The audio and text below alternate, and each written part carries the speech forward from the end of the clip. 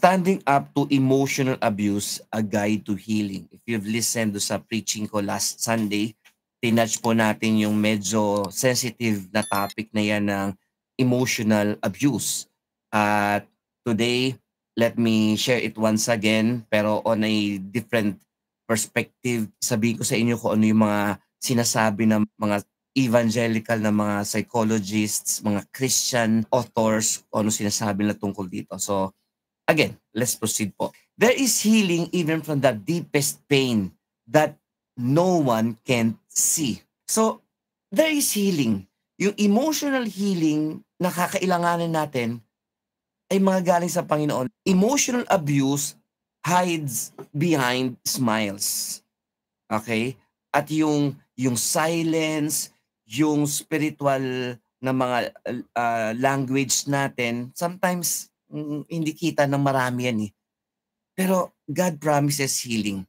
But its impact is so deep. Okay? Kumbaga, yeah, ito lang, sasabihin natin, okay lang ako. Pero deep inside, may struggle. At bilang tao, kahit na tayo ay matagal ng Christian or just a typical person lang, okay, even outside ng realm ng Bible, may maraming tao nakakaramdam ng mga longing, ng mga problems na minsan sinusolo lang, especially when we talk about emotional abuse. Okay? So, let's see. Okay, let's proceed po mga kapatid. So, once again, what is emotional abuse?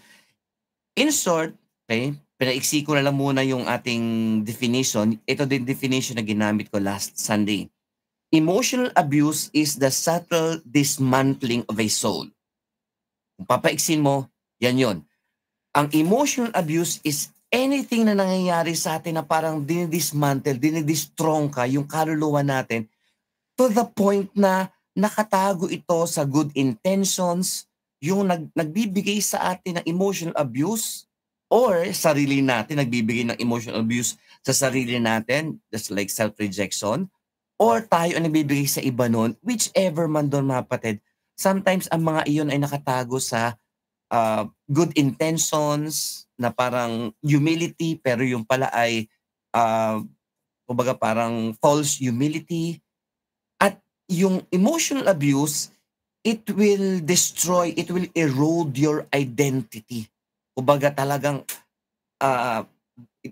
ila-landslide niya identity mo na parang hindi ko nakilala sarili ko because of all the words and the actions, self-inflicted man yan or from other people.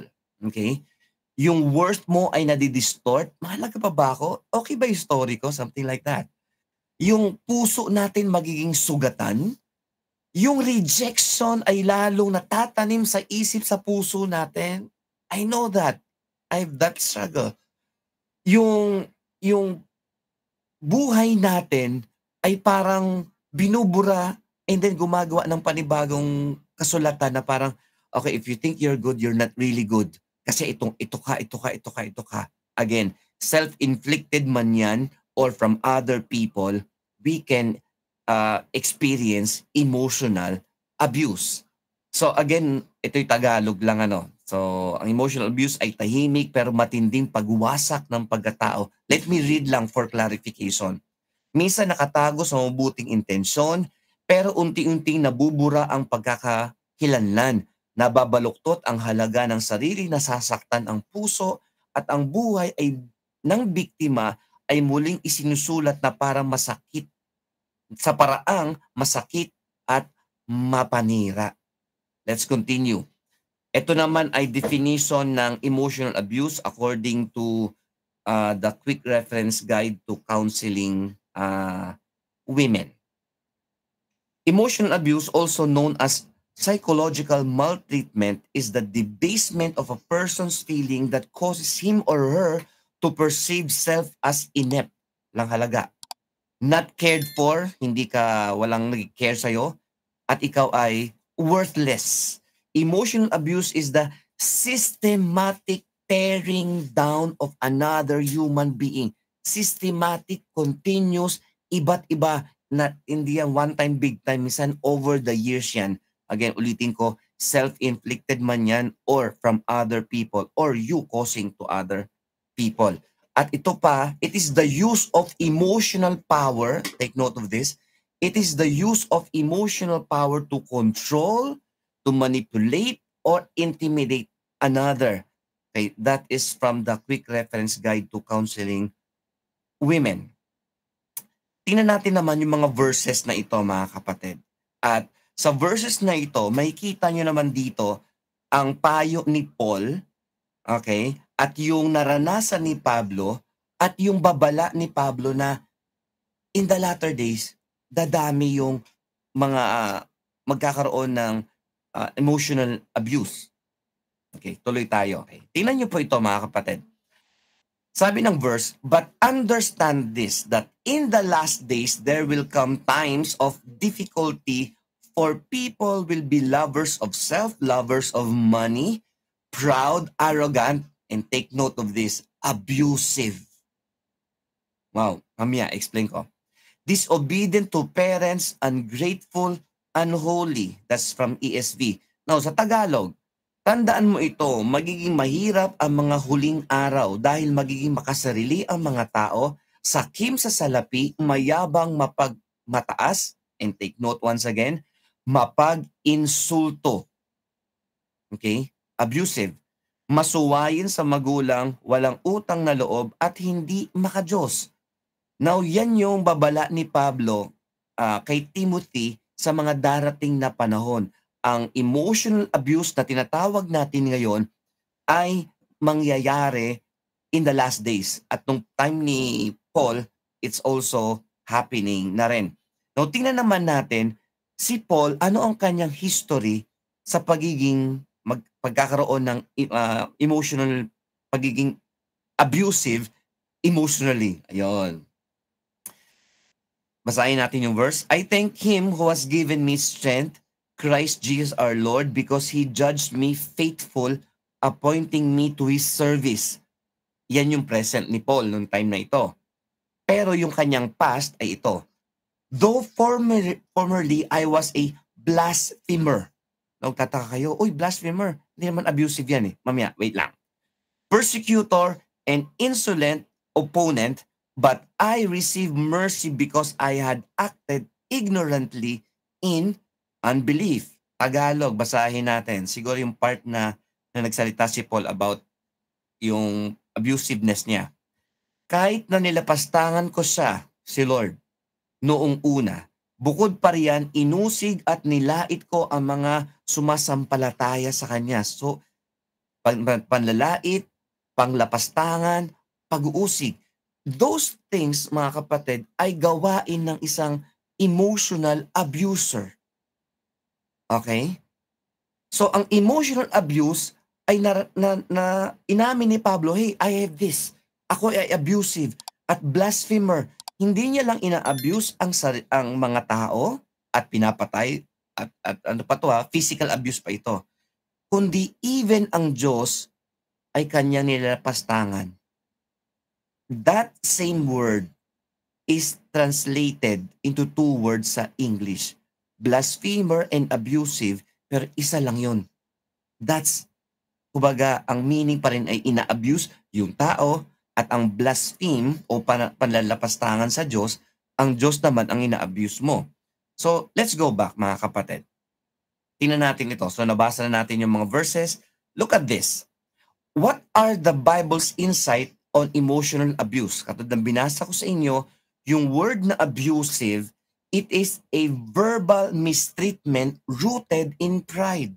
Ang sabi ni Pablo, in the last days, people will be abusive. It stems from pride. At sabi ni Pablo, ako noon, bago ako binago ng Panginoon, ako ay blasphemer. Nilapastangan ko ang Diyos. So, same word. So, ang abusive o abuse is a symptom of self-centeredness and pride. Kapag tayo ay nag-abuse emotionally ng ibang tao, that's a sign na tayo ay self-centered. Ako. At pride. At kung ang inilalait natin o ina-abuse natin ay sarili natin, that's not humility. That's false humility. Abuse or blasphemous sa kanyang transliteration, these are wounds others and dishonors God. So whenever you abuse, you wound other people, sinusugatan mo sila. Okay? Emotionally. Tuloy tayo. What are the Bible's insight? Again, isa pa doon, abuse is a sign of moral decay in the last days. Kapag nakikita nyo na lalong dumadami ang mga abusive, mga bashers, mga side commenters, mga kaya ako ganito kasi ganyan kayo. Those are signs na lalong paparating na ang Panginoon. Kasi dadami na dadami yan. Unless the Lord have grace on us and we respond to God. At sabi dito, Paul warns, this is not just behavior. Dito may connect ang mental health and spirituality. If we do emotional abuse sa ibang tao or sa sarili natin, brethren, that's not a moral or behavioral problem lang. That's a spiritual problem. That's why it needs a spiritual solution. Tuloy tayo. So, what is the connect? Okay, tama 'di ba? What is the connect between emotional abuse and manipulation? I've learned na ang emotional abuse ay may connection sa manipulation. Why? Okay? According sa aking research, manipulation is the engine of emotional abuse. Why we abuse people with emotionally? Because we want to control them. 'Di ba? Sarili natin, ina-abuse din natin emotionally because we want to control ourselves. Wag ka nga magkaroon ng self-pity, wag kang ma-self-reject. And the more we control ourselves, the more we control other people, the more we abuse ourselves, the more we abuse other people. Control replaces connection. Kaya pag kinokontrol mo yung sarili mo, mas nawawala ka sa sarili mo. Kapag kinokontrol mo ang ibang tao emotionally, nawawala yung connection.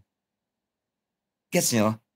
Church man yan, company man yan, family man yan, emotional abuse in connection to manipulation disconnects you from yourself, from people, especially from the Lord. Tuloy. Next question number 3. What is the connection? Ito pa pala, kadugtong pa rin. Abuse thrives in silence and spiritual misinterpretation. Napansin niyo, binanggit ni Jeans na nung naunawaan niya yung identity niya, nag-lessen ang self-rejection. Same is true with emotional abuse. Pag nakikilala mo ang sarili mo, kung sino ka talaga sa harapan ng Diyos, kung tinanggap mo na si Jesus as your Lord and Savior, at naging okay ang relationship mo sa Diyos because of your obedience and especially because of your faith in the Lord, hindi mo na misinterpret ang sarili mo. Listen here. Hindi mo ma-misinterpret ang ibang tao. Imbis na maasar ka sa mga emotional abuser, maawa ka. At in yourself, pag imbis na maasar ka sa sarili mo, maawa ka sa sarili mo, ba't ganito tong sarili ko, no? And then you begin to change. Okay, bago yan, tuloy mo natin. Even religious settings can mask abusive submission. Ang emotional abuse ay ginagamit ng mga kulto. I mean, ayoko mag-drop ng mga names at ng mga organizations na kulto ang datingan. Pero if these spiritual leaders, whatever man yan na religion, controls and manipulates people through emotional abuse, then that's not from the Lord. Healing begins with safe and honest spaces. Okay? Self-explanatory. So ngayon, ano ang action steps? And by the way, bago ko ilinaw ito, listen muna dito mga kapatid. Tingin muna dito. Brethren, ano ang kinalaman nito ngayon sa ating buhay? And from this na-research ko, bagamat pang teens ang mga steps na ito, pang teenagers, pero I think applicable ito sa atin eh. Galing ito sa book na The Quick Reference Guide to Counseling Teenagers, na may 8 steps siya kung paano tulungan ang mga emotionally and physically abused teenagers. Pero nung tinignan ko listahan, I think applicable sa atin ito. So let's continue. Tingnan nyo ha. 8 ito pero mabilisan. For the sake of time, mabilisan ko explain. I think 1 minute each lang to. Action steps to help the teen victim of abuse or violence. At kasama tayo doon ha. Una, be a safe haven. Ibang term dyan, be a safe place. Pag ang tao nagkakamali, na-emotionally abuse mo ba? Kumbaga kabataan man yan o bahal mo sa buhay o yung mga tao, be a safe place. Don't judge them. Even don't judge yourself, ha? Don't judge yourself then. Be a safe haven. Be a safe place. Number 2, invite the teen to begin grieving, forgiving, and learning new skills. And again, hindi lang for teenagers to. Even tayo pwede rito. Kapag tayo ay nakaranas ng emotional or physical abuse, invite natin yung sarili natin at yung taong tinutulungan natin to what? To grieve. Hayaan mo siya maging malungkot. Oy bro, huwag ka na malungkot. Ano ka ba? Hindi. Bigyan mo siya ng chance na, sige bro, maging malungkot ka. Nakakalungkot naman talaga nangyari sa'yo at narinig mo. Okay? Mourn with those who mourn, weep with those who weep. Sabi ng Romans. At turuan mo siya magpatawad at magkaroon siya ng skill. Anong skill? Skill of reading the Bible, skill of overcoming yung negative emotions. Di ba? Diba ang galing? Number 3, help the teen regain a sense of stability. Yun. Tulungan natin yung mga teenagers at mga hindi na teenagers na magkaroon sila ng sense of stability. At again, let's go back sa identity mo kay Lord. Sino ka ba? No, kung tingin mo sa sarili mo ay BO ka, sabi ng iba, wala kang kwenta at wala ka ng kapatawaran sa iyong mga kasalanan or something na sa sarili mo na parang hindi ko talaga kaya, inabuse mo ang sarili mo emotionally, then establish mo ang sarili mo by knowing who you can be or who you are in Christ Jesus. Number 4, consider an intervention. Ibig sabihin niyan mga kapatid, huwag mong suluhin. Humingi ka ng tulong. Help. Ask for help. Kumbaga, tanong mo, pwede ba akong tulungan? I have this issue eh. At kapag nakahingi ka ng tulong sa iba, ano nangyayari? Na-alleviate ka. At least, there must be people who are praying for you specifically. At least one person. Okay? Kung may asawa ka, that should be your wife or your husband. At kung gusto pang lawakan, yung mga friends and relatives mo, pero hindi yan dapat lahat ng tao. Katulad lagi ko sinasabi. Number 5, mga kapatid, how or action steps to help the teen or yourself from emotional or physical abuse or violence. Number 5, enlist support. Okay. Iba iyon sa yung sinabi natin noong una, number 4 kanina na consider intervention. That's counseling at iba pa. Yung enlist support, sabi dito, a teen is in an addictive or abusive family, needs plenty of support and encouragement. Kung ito lang, okay, let me be honest sa inyo mga kapatid. Kung sa loob ng family ang problem, there must be outside the family na pwedeng tumulong. That may be a professional counselor or a pastor or a friend na may alam sa Bible na matutulungan ka. Again, hindi yan lahat. There must be some people outside of your family. Okay? Number 6, watch for the risk of suicide. So according dito, since sa states ito, maraming cases ng suicide. At dito sa atin, dumadami na rin. Nakikiuso na rin tayo. Okay? At alam natin yan. So, suicidal thoughts man yan or what? Tulungan natin yung mga kabataan na to. Tulungan natin yung sarili natin. Tulungan natin yung family natin, family member natin, or kapatiran sa church. Number 7, remind the teen of God's love. O, di ba? And yun ang message ni Lord kanina. Hey, Jeans, ano message ni Lord? Hindi pa ba sapat yung pag-ibig ko? Narinig ko kanina yung swak. Okay? That's number 7. And Number 8, take care of yourself. Itong take care of yourself, hindi ito dun sa emotionally na abuse o yung tinutulungan mo. Ito ay para sa'yo. Ingat ka kung ikaw ay tumutulong, katulad sinabi ng Galatians chapter 6 verse 1, ingat ka, baka ikaw naman ang malaglag. Baka masyado kang maging caught dun sa sitwasyon na napabayaan mo na sarili mo at later on ikaw na ang nag-emotional abuse sa sarili mo or ikaw na ang nanghina. So, siguraduhin mong malakas ka. Okay? So sa lahat ng sinabi ko mga kapatid, let it be clear sa atin na ang buhay natin bilang Kristiyano, bilang anak ng Diyos or bilang typical na tao, yung deepest pain natin should be treated. Okay? And we are getting deeper sa inner healing. And if you are willing, humble and teachable, lalong makatulong sa iyo ito. Emotional abuse is no small topic. It's a clear and present danger in our society. That's why it's critical that we should know why people fall victims into it and how we should deal with emotional abuse. Ang narinig nyo ay part ng Speak to Inspire PGE podcast at meron tayong audio-only version at may video rin. And why not consider to subscribe and like ang episode na ito and maybe share to your friends and to your relatives. I'm sure they will appreciate it as we talk about dito sa podcast na ito about mental health awareness and especially inner healing din. So this is Gina Somo III. I'm the senior pastor of UVCC Church. Thank you for being part of this ministry. God bless you more. See you on the next episode.